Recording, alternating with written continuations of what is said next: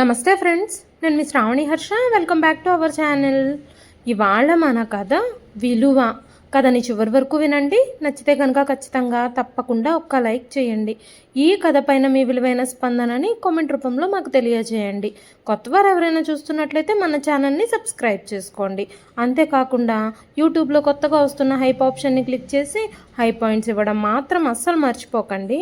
మీరు ఇచ్చే లైక్లు, షేర్లు, కామెంట్లు, ఇంకా ఈ హై పాయింట్స్ అనేవి మరెన్నో మంచి మంచి కథల్ని మీకు చదివి వినిపించడానికి, మీ ముందుకు తీసుకురావడానికి నాకు ఎంతగానో ప్రోత్సాహాన్ని ఇస్తాయండి. మరైతే ఇప్పుడు మనం కథలోకి వెళ్ళిపోదాము. రోజంతా యంత్రంలా పనిచేస్తున్న తనకి ఏమాత్రమూ విలువివ్వని కొడుకు కోడలితో కలిసి ఉండలేక ఆ తల్లి తీసుకున్న నిర్ణయం ఏమిటి, ఆ తల్లి తన నిర్ణయంతో కొడుకు కోడలికి ఎలా బుద్ధి చెప్పింది అనేది ఈ కథలో మనం విందామండి. అత్తయ్య, నేను స్నానం చేసి వచ్చాను. టిఫిన్ రెడీగా ఉంటే నాకు తొందరగా టిఫిన్ పెట్టేయండి. నా లంచ్ బాక్స్ కూడా రెడీ చేసేయండి. ఆఫీస్కి ఆలస్యం అయిపోతోంది అంది సంధ్య. వెంటనే అన్నపూర్ణమ్మ గారు కోడలికి లంచ్ బాక్స్ పెట్టేసి టిఫిన్ ప్లేట్లో పెట్టుకొని టేబుల్ దగ్గరికి తీసుకెళ్ళిచ్చారు. ప్లేట్లో టిఫిన్ చూడగానే సంధ్య, ఇదేమిటి పూరీలు చేశారు? నిన్న రాత్రి నేను చెప్పాను కదా దోశలు చేయమని. మీ దృష్టి ఎక్కడుంటుంది? ఒకటి చెప్తే ఒకటి చేస్తున్నారు అంది సంధ్య. ఆ మాటలు వినగానే అన్నపూర్ణమ్మ గారి కళ్ళల్లో నీళ్లు తిరిగాయి. కోడలి ముందు కన్నీళ్లు దాచిపెట్టి, అమ్మ సంధ్య, నాకు కుదరలేదు. నువ్వు రాత్రే చెప్పావు దోశలు కావాలని. దోశలు కావాలంటే నిన్న పొద్దునే పప్పులు నానబెట్టాలి, రాత్రికి రుబ్బి పెట్టాలి. అందుకే దోశలు చేయడం కుదరలేదు. రేపటికి దోశలే చేస్తాను. నన్ను క్షమించు. నేను దోశపిండి రెడీ చేయలేదు అనగానే, సర్లే ఏదో ఒకటి పెట్టండి, ఆఫీస్కి టైం అయిపోతుంది. ఇప్పటికే నేను ఆఫీస్కి లేట్ అయిపోయాను. నా లంచ్ బాక్స్ కూడా రెడీ చేసేసి ఉండుంటే తొందరగా తీసుకురండి అంటూ గబగబా టిఫిన్ చేసేసి తన హ్యాండ్ బ్యాగ్ తెచ్చుకోవడానికి తన గదిలోకి వెళ్ళిపోయింది. అన్నపూర్ణమ్మ గారు వంటగదిలోకి వచ్చి తన కోడలి కోసం రెడీ చేసిన లంచ్ బాక్స్ని తీసుకెళ్ళి కోడలికిచ్చారు. కోడలు ఆ లంచ్ బాక్స్ని తీసుకుని అన్నపూర్ణమ్మ గారితో, అత్తయ్య గారు, నేను ఆఫీస్కి వెళుతున్నాను. మీరు చింటూ లేవగానే తాగడానికి పాలు ఇవ్వండి. కుక్కర్లో తన కోసం కిచిడీ రెడీ చేసేయండి. మధ్యాహ్నం నిద్ర లేవగానే తనకి ఆరెంజ్ జ్యూస్ చేసి ఇవ్వండి. అందులో ఐస్ వేయొద్దు. ఐస్ వేస్తే తన హెల్త్ పాడైపోతుంది. మధ్యలో ఒకసారి అరటిపండు తినిపించండి. సాయంత్రం 6 ఉగ్గు తయారు చేసి తినిపించేయండి. మేము ఆఫీస్ నుంచి వచ్చాక పడుకోబోయేటప్పుడు మళ్ళీ కాస్త పాలు తాగించవచ్చు అన్నట్టు ప్రియని స్కూల్ నుంచి తీసుకొచ్చేటప్పుడు బస్ స్టాప్ దగ్గరికి వెళ్ళేటప్పుడు గొడుగు తీసుకువెళ్ళడం మర్చిపోవద్దు. చాలా ఎండగా ఉంటుంది. సాయంత్రం అయినా సరే ఎండ తగ్గడం లేదు. తన బ్యాగు చాలా బరువు ఉంటుంది, తను మోయలేదు. కాబట్టి బస్సు దిగగానే తన బ్యాగ్ని మీరే మోసుకురండి. తన చేత మోయించకండి. నాకు లేట్ అయిపోతుంది. నేను ఇక వెళతాను. సంజయ్కి లంచ్ బాక్స్లో వెజిటబుల్ సలాడ్ పెట్టడం మాత్రం మర్చిపోవద్దు. అది గనక పెట్టకపోతే ఆయన సరిగ్గా భోజనం తినరు అంటూ అన్ని విషయాల్లోనూ ఆర్డర్లు వేసి రోజులాగానే తన లంచ్ బాక్స్ తీసుకొని ఆఫీస్కు బయలుదేరిపోయింది సంధ్య. కాసేపటికి సంజయ్ కూడా రెడీ అయ్యి బయటకు వచ్చాడు. సంజయ్కి టిఫిన్ పెట్టి తన లంచ్ బాక్స్ కూడా రెడీ చేసి అప్పుడు అన్నపూర్ణమ్మ గారు పూజ చేసుకోవడం మొదలుపెట్టారు. కోడలు సంగతి పక్కన పెడితే కనీసం కొడుకు కూడా తాను టిఫిన్ తినేటప్పుడు, అమ్మా నువ్వు టిఫిన్ చేసావా అని కూడా ఆవిడని అడగలేదు. అప్పుడే 2 ఏళ్ల చింటూ నిద్రలేచి అమ్మా అమ్మా అంటూ ఏడవడం మొదలుపెట్టాడు.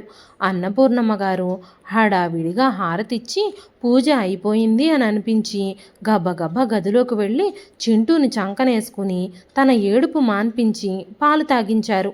అప్పుడే సంజయ్ కూడా టిఫిన్ చేసేసి ఆఫీస్కి వెళ్ళిపోయాడు. అప్పుడొచ్చింది పని మనిషి. అన్నపూర్ణమ్మ గారు పని మనిషితో, ఈరోజు నువ్వు తొందరగా వచ్చేసావేంటి?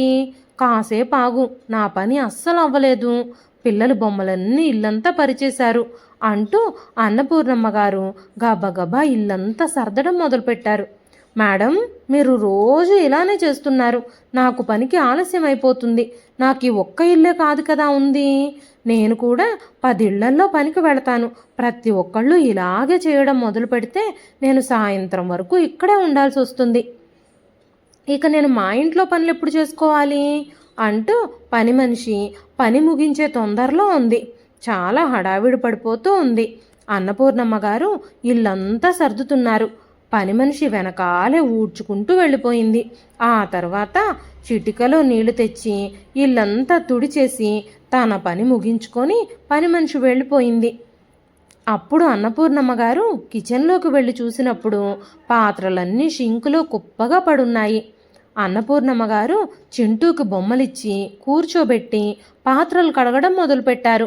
కొన్ని పాత్రలు కడగడం, తర్వాత చింటూ ఏడుస్తుంటే తన దగ్గరకు వచ్చి ఆడిపించడం, మళ్ళీ వచ్చి పాత్రలు కడగడం, ఇలా ఆవిడ పాత్రలు కడిగే పని చేస్తున్నారు. ఆవిడ పాత్రలు కడుగుతూ అటు ఇటు తిరుగుతూ ఉండడంతో పాత్రలు కడుగుతున్న నీళ్ళన్నీ షింక్ దగ్గర పడిపోయి నేలంతా తడిసిపోయి అప్పుడప్పుడు ఆవిడ కాళ్ళు జారి పడిపోతున్నారు. చింటూ నానమ్మ కోసం వంటగదిలోకి వచ్చి ఆ తడి నేలపై నడుస్తూ అప్పుడప్పుడు జారి పడుతున్నాడు. తను ఏడవడం కూడా మొదలు పెడుతున్నాడు. మళ్ళీ అన్నపూర్ణమ్మ గారు చేస్తున్న పనిని ఆపేసి చింటూని ఒళ్ళోకి తీసుకొని ఏడు పాపించడానికి ప్రయత్నిస్తున్నారు. అదే సమయంలో ఆఫీసు నుంచి సంధ్య ఫోన్ చేసింది. అది కూడా మామూలు కాల్ కాదు, వీడియో కాల్ చేసింది సంధ్య. వీడియో కాల్ చేసి, చింటూ లేచాడా? మీరు వాడికి పాలు తాగిపించారా? చింటూ పాలు తాగడం అయితే స్నానం కూడా చేయించేయండి. స్నానం చేసే ముందు మసాజ్ చేయించండి. తన చర్మం అంతా పొడిబారిపోయింది అని చెప్పి ఫోన్ కట్ చేసేసింది. ఆ తర్వాత అన్నపూర్ణమ్మ గారు త్వరగా చింటూకి మసాజ్ చేసి కాసేపు ఆడుకోవడానికి వదిలేసి కిచిడీ పొయ్యి మీద పెట్టి చింటూకి స్నానం చేయించడం మొదలుపెట్టారు. చింటూ చాలా నాటి పిల్లాడు, సరిగ్గా స్నానం చేయడు. ఎప్పుడూ అన్నపూర్ణమ్మ గారిని విసిగిస్తూనే ఉంటాడు. స్నానం చేసేటప్పుడు ఆ నీళ్ళన్నీ అన్నపూర్ణమ్మ గారి మీద పోసేస్తూ ఉంటాడు. ఎలాగోలాగా అన్నపూర్ణమ్మ గారు మనవడికి స్నానం చేయించడం పూర్తి చేశారు. అప్పుడే సంధ్య మళ్ళీ ఫోన్ చేసింది. టైం అయింది, మీరు చింటూకి ఫుడ్ తినిపించారా లేదా అంటూ అడగగానే అన్నపూర్ణమ్మ గారు సంధ్యతో, ఇప్పుడే చింటూకి స్నానం చేయించాను, ఫుడ్ రెడీ అయిపోతుంది, అది రెడీ అయిన వెంటనే నేను తినిపిస్తాను అంటూ బదులిచ్చారు. అప్పుడు సంధ్య వెంటనే వీడియో కాల్ కనెక్ట్ చేసింది. అత్తయ్య, మీరు కిచిడీని ప్యాన్లో ఎందుకు పెట్టారు? అది ఉడకడానికి ఎంత టైం పడుతుందో తెలుసా? కుక్కర్లో పెడితే త్వరగా అయిపోతుంది కదా. ఎన్నిసార్లు చెప్పినా సరే మీరు ఇలాగే చేస్తున్నారు. చింటూకి ఎంత ఆకలిస్తుందో, టైం ఎంత అయిందో చూడండి. ఇంత లేట్ చేసేస్తే ఎలా? చిన్నపిల్లాడు, ఆకలికి తట్టుకోవద్దు. కుక్కర్లో ఎందుకు పెట్టలేదు అంటూ అన్నపూర్ణమ్మ గారికి సమాధానం చెప్పే అవకాశం కూడా ఇవ్వకుండా సంధ్య కంటిన్యూస్గా మాట్లాడుతూనే ఉంది. తను ఫోన్ పెట్టేసేదాకా ఫోన్ కట్ చేయడానికి కూడా వీల్లేదు. కుక్కర్ ఇంకా కడగాల్సిన గిన్నెల్లోనే ఉండిపోయింది. చింటూకి లేట్ అయిపోతుందేమోనని కిచిడీని ప్యాన్లో పెట్టేశాను అన్నారు అన్నపూర్ణమ్మ గారు. ఆ విషయం చెప్పినా కోడలికి అర్థం కాదు. మళ్ళీ గిన్నెలు కూడా కడగలేదా అని తన మీదే అరుస్తుంది. బహుశా ఎవరో తన క్యాబిన్లోకి వచ్చి ఉండొచ్చు. అందుకే సంధ్య గబాన్లో ఫోన్ కట్ చేసేసింది. ఫోన్ పెట్టేసేసరికి అన్నపూర్ణమ్మ గారి కళ్ళన్నీ నీళ్లతో నిండిపోయాయి. ఆవిడ తనని తాను నియంత్రించుకుంటూ అప్పటికే చింటూ ఫుడ్ రెడీ అయిపోవడంతో ఆమె దాన్ని చల్లారబెట్టి చింటూకి తినిపించడం ప్రారంభించింది. పిల్లలు అంత ఈజీగా ఎక్కడ తింటారు? పిల్లలకి భోజనం పెట్టడం అంటే అది పెద్దవాళ్ళకి పెద్ద టాస్కే అని చెప్పాలి. ఓ చోట కూర్చుని భోజనం చేయరు. అన్నపూర్ణమ్మ గారు భోజనం అయిపోయే వరకు చింటూ వెంట పరుగులు తీయాలి.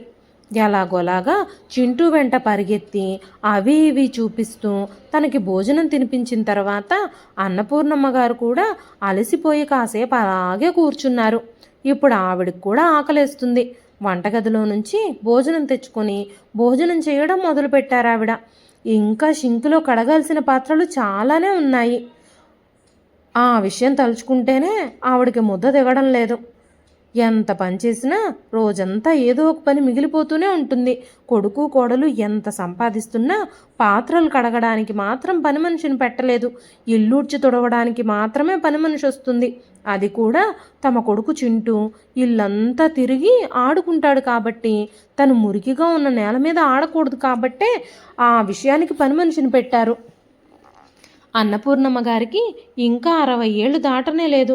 కానీ ఆమెకున్న అనారోగ్య సమస్యల వల్ల, ఆ వయసులో చేస్తున్న అధికమైన పనుల వల్ల ఆవిడికి సమయానికంటే ముందే వృద్ధాప్యం వచ్చేసింది. అన్నపూర్ణమ్మ గారు షుగర్ వల్ల తేలికగా అలసిపోయేవారు. ఆవిడకు చాలా త్వరగా ఆకలి వేసేసేది. ఆవిడకు చాలా నీరసంగా అనిపించేది. ఇంట్లో పనులన్నీ కూడా చేయలేకపోయేవారు.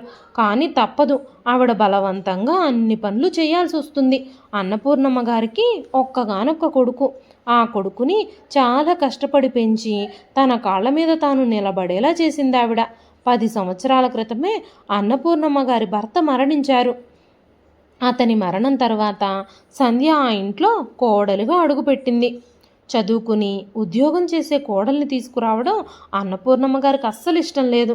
కానీ ఈ కాలంలో పిల్లలు తల్లిదండ్రుల మాటని ఎవరు వింటున్నారు గనక సంజయ్ మాత్రం చదువుకుని ఉద్యోగం చేసే అమ్మాయే కావాలి అని పట్టుపట్టాడు. సంజయ్ ఇష్ట ప్రకారమే సంధ్యని ఆ ఇంటి కోడలిగా తీసుకురావాల్సి వచ్చింది. అప్పుడు అన్నపూర్ణమ్మ గారు సంజయ్తో, బాబు సంజయ్, నువ్వు నీ భార్య ఇద్దరూ ఆఫీసులకు వెళ్ళిపోతే నేను ఇంట్లో ఒంటరిగా ఏం చేయగలుగుతాను? నేను ఒంటరిదాన్ని అయిపోతాను కదా అని కూడా కొడుకుకి వివరించి చెప్పడానికి ప్రయత్నించారు. కానీ సంజయ్ ఆవిడ ఏం చెప్పినా అసలు వినే పరిస్థితుల్లోనే లేడు. అమ్మా, ఏం మాట్లాడుతున్నావు నువ్వు?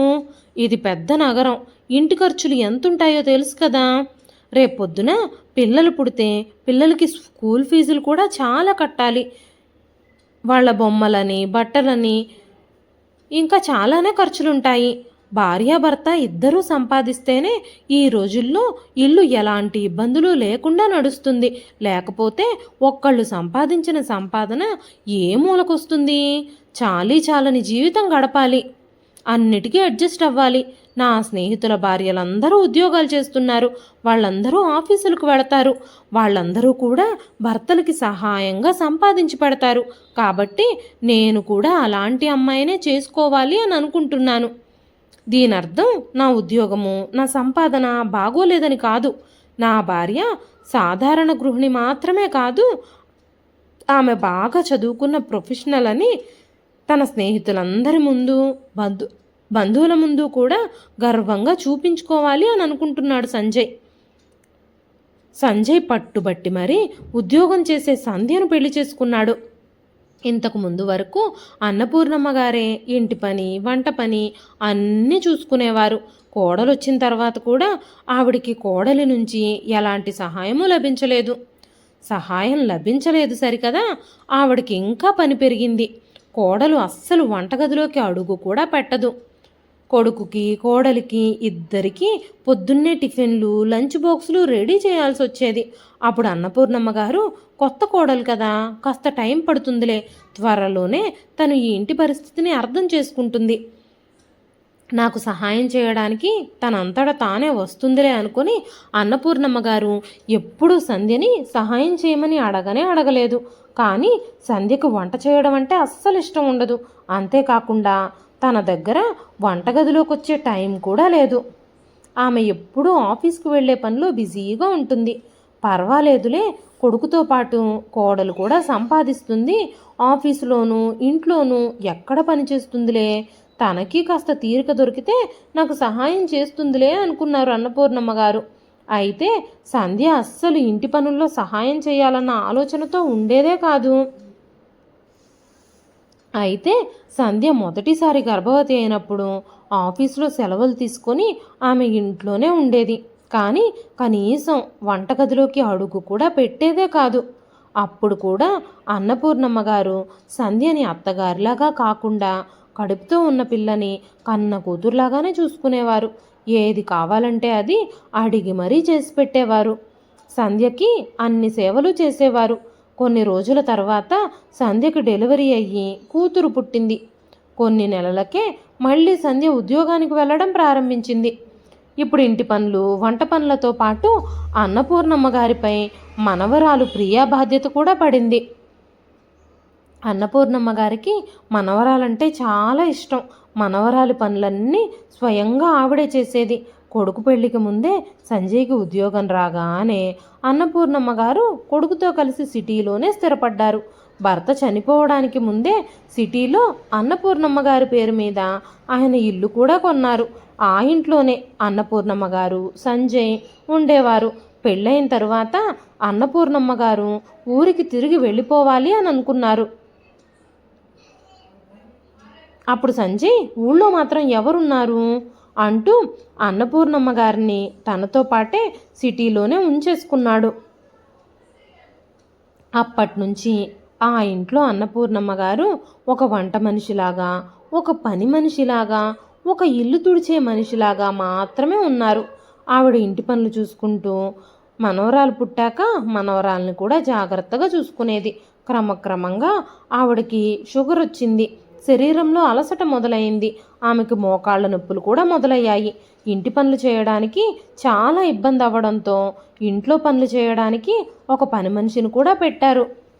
ఆ తరువాత 2 ఏళ్లకి మళ్ళీ సంధ్య ప్రెగ్నెంట్ అయ్యింది. కొన్ని రోజులు ఆఫీసులో సెలవులు తీసుకుంది. అయినా సరే ఇంట్లో ఉన్నా కూడా ప్రియని పట్టించుకునేదే కాదు.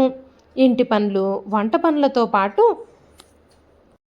సంధ్య ఇంట్లో ఉన్నప్పుడు కూడా మనవరాలి బాధ్యత పూర్తిగా అన్నపూర్ణమ్మ గారే తీసుకోవాల్సి వచ్చేది.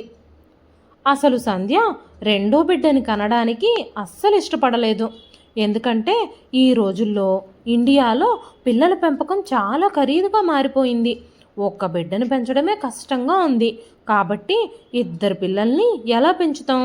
వాళ్ళకి చదువులు చెప్పించాలి అంటే లక్షలకి లక్షలు ఖర్చు పెట్టాలి అని రెండో బిడ్డని కనడానికి కూడా నిరాకరించింది సంధ్య. కానీ సంజయ్ అస్సలు ఒప్పుకోలేదు. ప్రియ ఒంటరిగా ఉండకూడదని, తను తన తమ్ముడితోనో చెల్లెలతోనో ఆడుకోవాలని, ఒకరికొకరు పెద్దయ్యాక కూడా తోడుగా అండగా ఉంటారని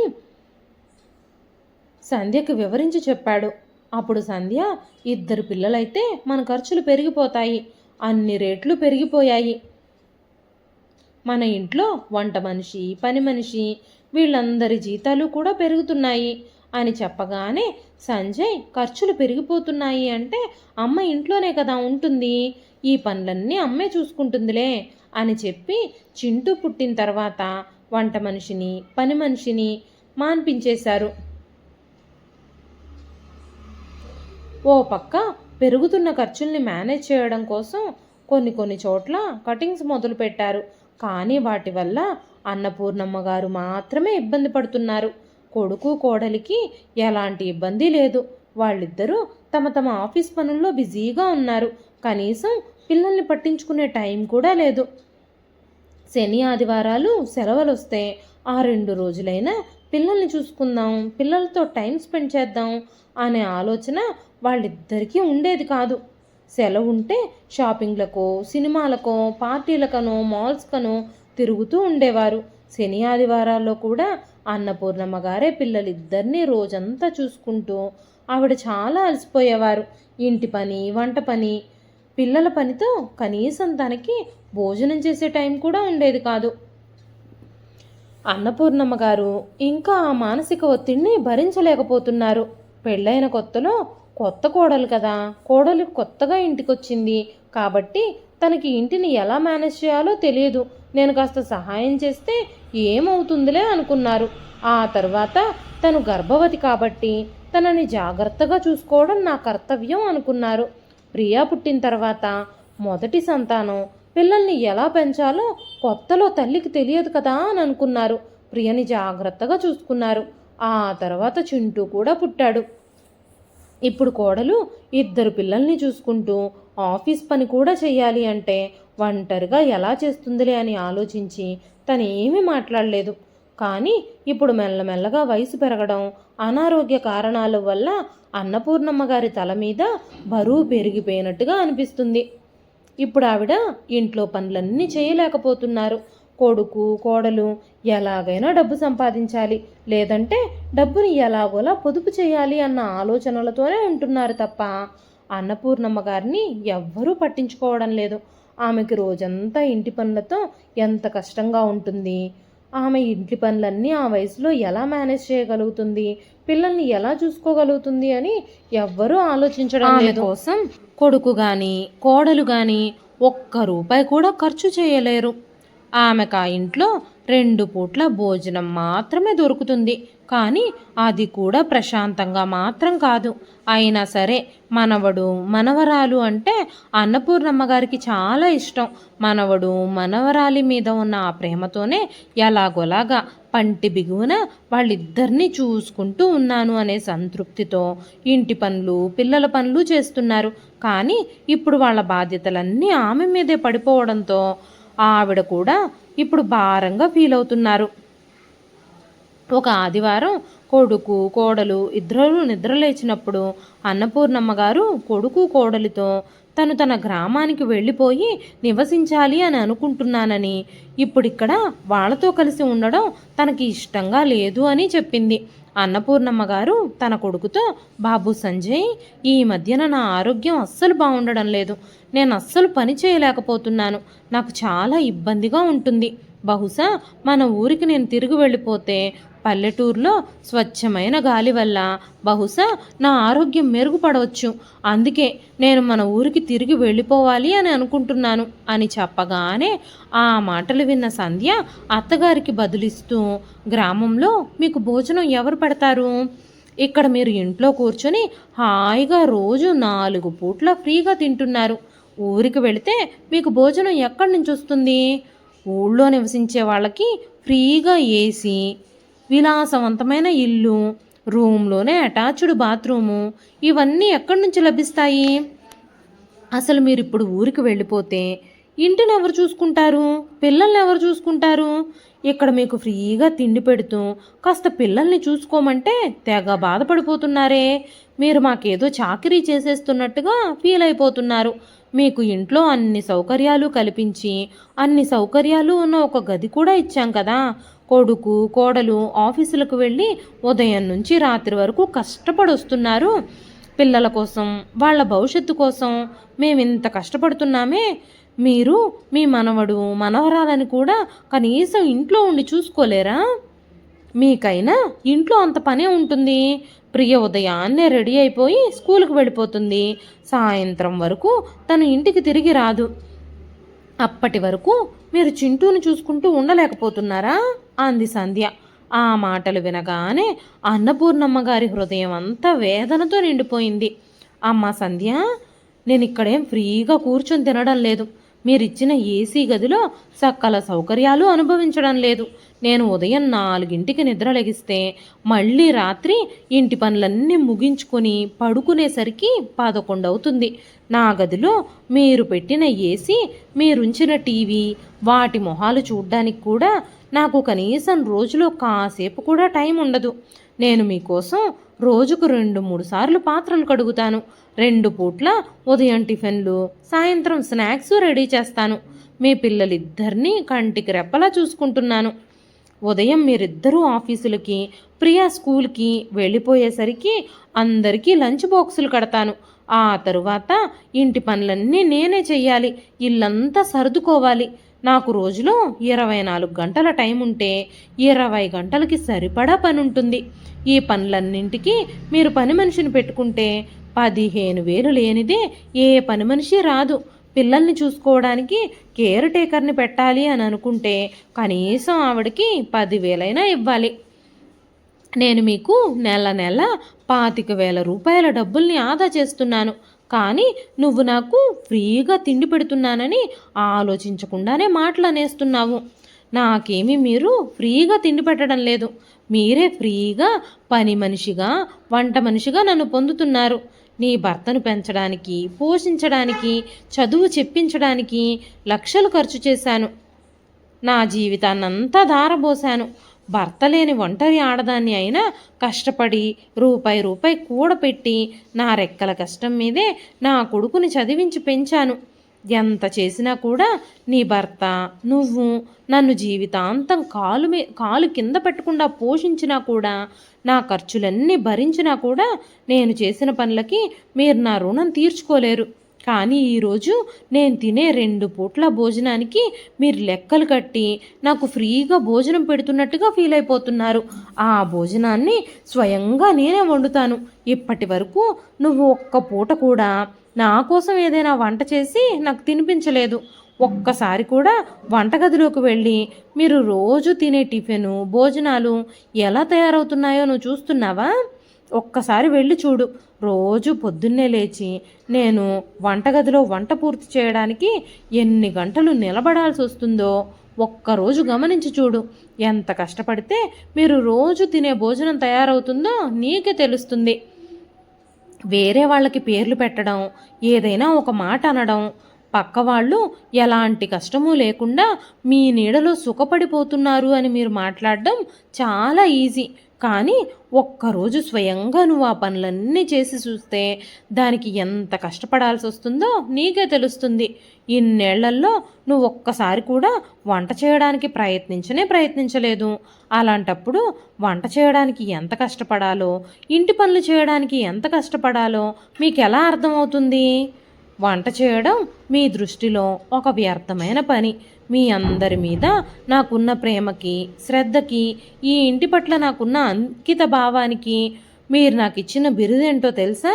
నేను ఫ్రీగా ఇంట్లో పడి తింటూ మీ కష్టంతో సకల సౌకర్యాలు అనుభవిస్తున్నాను అని. నేను నిన్ను, ఈ ఇంటిని నా సొంతంగా భావించాను. నా కొడుకుని, కోడల్ని, వాళ్లతో పాటు నా మనవణ్ణి, మనవరాల్ని కూడా జాగ్రత్తగా చూసుకున్నాను. కానీ మీరు మీ అత్తగారిని ఫ్రీగా కూర్చుని తినే ఒక మనిషి అని పిలుస్తున్నారు. నిన్ను నా కోడలు అని, సంజయ్ని నా కొడుకు అని చెప్పుకోవడానికి కూడా నేను చాలా సిగ్గుపడుతున్నాను. నా కొడుకే నా కష్టాన్ని గమనించినప్పుడు నువ్వేం చేస్తావులే? నా కొడుకే నన్ను అర్థం చేసుకోలేదు. కొడుకే నాకు సొంతవాడు కానప్పుడు కోడలు మాత్రం సొంతదలా అవుతుంది? అవును కదా?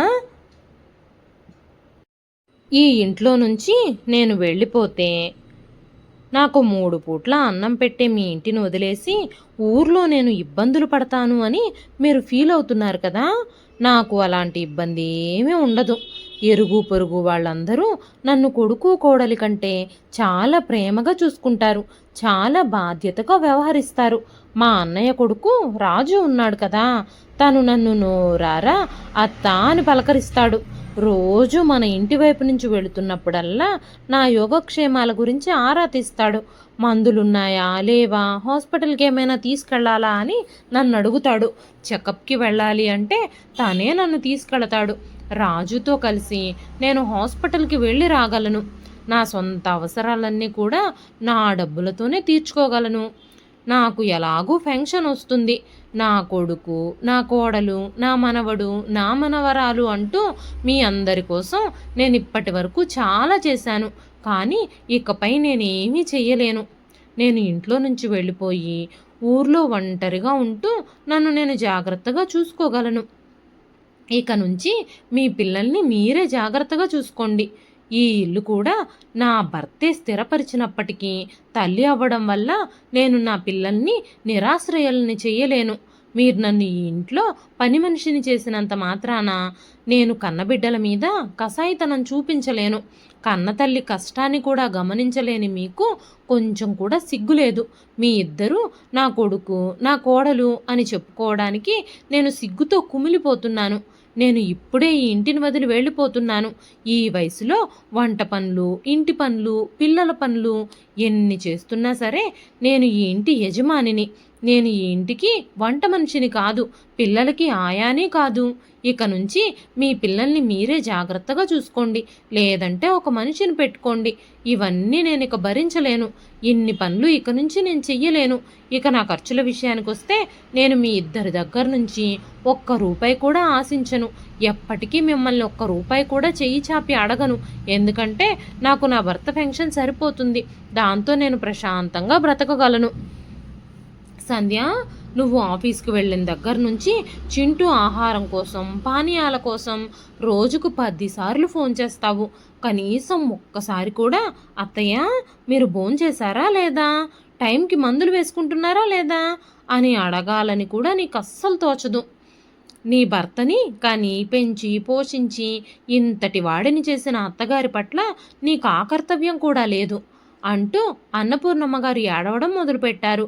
సంజయ్ ఇంకా సంధ్య ఇద్దరూ సిగ్గుతో తలదించుకున్నారు.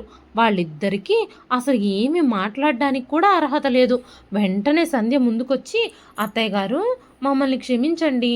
మీ సమస్యల్ని అర్థం చేసుకోవడానికి మేమెప్పుడూ ప్రయత్నించలేదు. ఇప్పుడు మీరు ఇంటి నుంచి వెళ్ళిపోతే మాకు చాలా ఇబ్బంది అవుతుంది. ఆఫీస్ పనులతోనే రోజంతా సతమతమయ్యే మేము ఇంటి పనులు, పిల్లల పనులు చూసుకోలేము. మమ్మల్ని క్షమించి మాతో పాటే ఉండండి అంటూ కోడలు ప్రాధేయపడుతూనే ఉంది. కానీ అన్నపూర్ణమ్మ గారు ఇక కొడుకు కోడలితో కలిసి ఉండడానికి అస్సలు సిద్ధంగా లేరు. ఆమె వెంటనే తన గదిలోకి వెళ్ళి తన సామాన్లన్నీ సర్దుకుని ఊర్లో ఉన్న ఇంటికి తిరిగి వెళ్ళిపోయారు. ఊర్లో తను బస్సు దిగగానే అన్నపూర్ణమ్మ గారి అన్నయ్య అన్నపూర్ణమ్మ గారిని చూసి చాలా సంతోషించాడు. అన్నపూర్ణమ్మ గారి మేనల్లుడు రాజు గబగబా పనమ్మాయిని తీసుకొచ్చి ఆ ఇల్లంతా శుభ్రం చేయించేశాడు. అన్నపూర్ణమ్మ గారు ఆ రోజంతా తన అన్నయ్య ఇంట్లోనే ఉన్నారు. తర్వాత రోజు కల్లా ఆ ఇల్లు, ఇంటి ప్రాంగణం అంతా శుభ్రం చేయించి రాజు తన మేనత్త కప్పచెప్పాడు. రాజుకి అన్నపూర్ణమ్మ గారంటే చాలా ఇష్టం. చిన్నప్పటి నుంచి రాజుని ఆవిడ చాలా ఆదరంగా చూసుకునేవారు.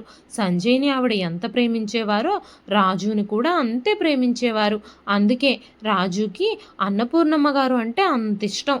ఆ రోజు నుంచి అన్నపూర్ణమ్మ గారు ఊర్లోని ఆ ఇంట్లో చుట్టూ తెలిసిన మనుషులతో చాలా సంతోషంగా తన జీవితాన్ని గడుపుతున్నారు.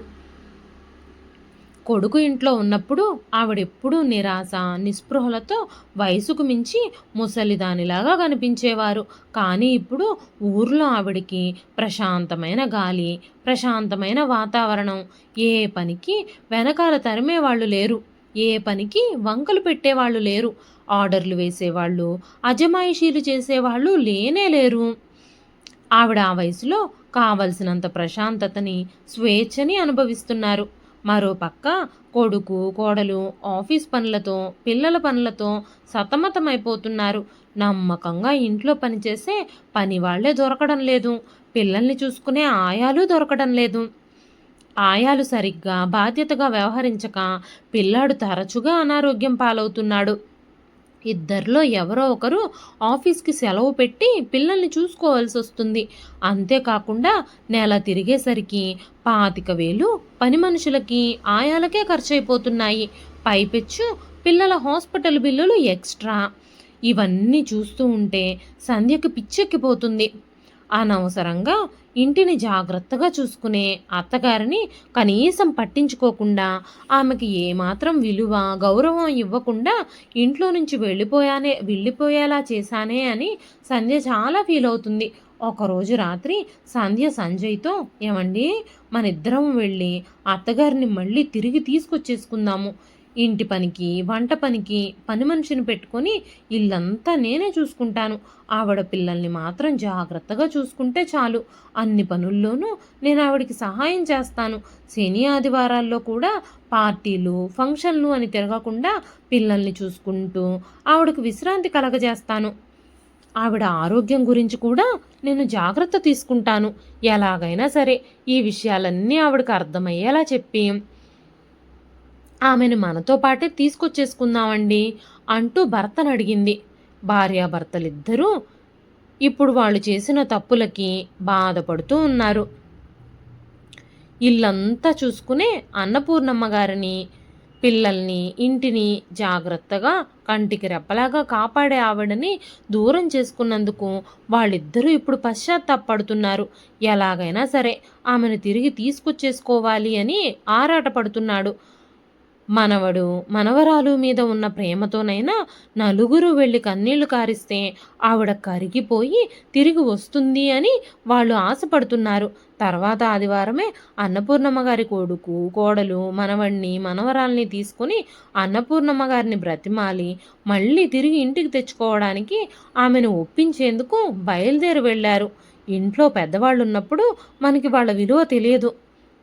వాళ్ళు ఇంటెడు చాకరీ చేస్తూ ఉంటే, ఏం చేశారులే, మేం ఫ్రీగా తిండి పెట్టాం, సకల సౌకర్యాలు కనిపించాం అని మాత్రమే కొడుకు కోడలు చూస్తున్నారు. ఇంట్లో ఉదయం మొదలుకొని రాత్రి వరకు పనిచేసే తల్లి కష్టం ఏ బిడ్డకి కనిపించడం లేదు. చేతులు కాలాక ఆకులు పట్టుకుంటే మాత్రం ఏం లాభం వస్తుంది? ఇప్పుడు అన్నపూర్ణమ్మ గారు కొడుకు కోడలితో రావడానికి ఒప్పుకుంటారో లేదో కూడా వాళ్ళకి తెలియదు. ఇదండి ఈ రోజు కథ. ఈ కథ మీకు ఎలా అనిపించింది? అన్నపూర్ణమ్మ గారు కొడుకు కోడల్ని క్షమించి తిరిగి కొడుకు కోడలితో కలిసి ఉండడానికి సిటీకి రావడానికి ఒప్పుకుంటారు అని మీరు భావిస్తున్నారా? అన్నపూర్ణమ్మ గారు కొడుకు కోడలితో తిరిగి రావడమే కరెక్ట్ అని మీరు అనుకుంటున్నారా? లేదంటే సంతోషంగా ప్రశాంతంగా తన వృద్ధాప్యాన్ని తన సొంత ఊరిలో సొంత మనుషుల మధ్యలో తన యోగక్షేమాలు కనుక్కునే వాళ్ళ మధ్యలో బ్రతకడమే కరెక్ట్ అని మీరు భావిస్తున్నారా? మీ విలువైన అభిప్రాయాలని కామెంట్ రూపంలో మాకు తెలియజేయండి. కథ నచ్చితే ఒక లైక్ చేయండి. ఈ కథ పైన మీ విలువైన స్పందనని కామెంట్ రూపంలో మాకు తెలియజేయండి. మరెన్నో ఇలాంటి మంచి మంచి కథల కోసం మన ఛానల్ని సబ్స్క్రైబ్ చేసుకోండి. మరొక మంచి కథతో రేపు మళ్ళీ కలుస్తానండి. అంతవరకు సెలవు. ఉంటానండి.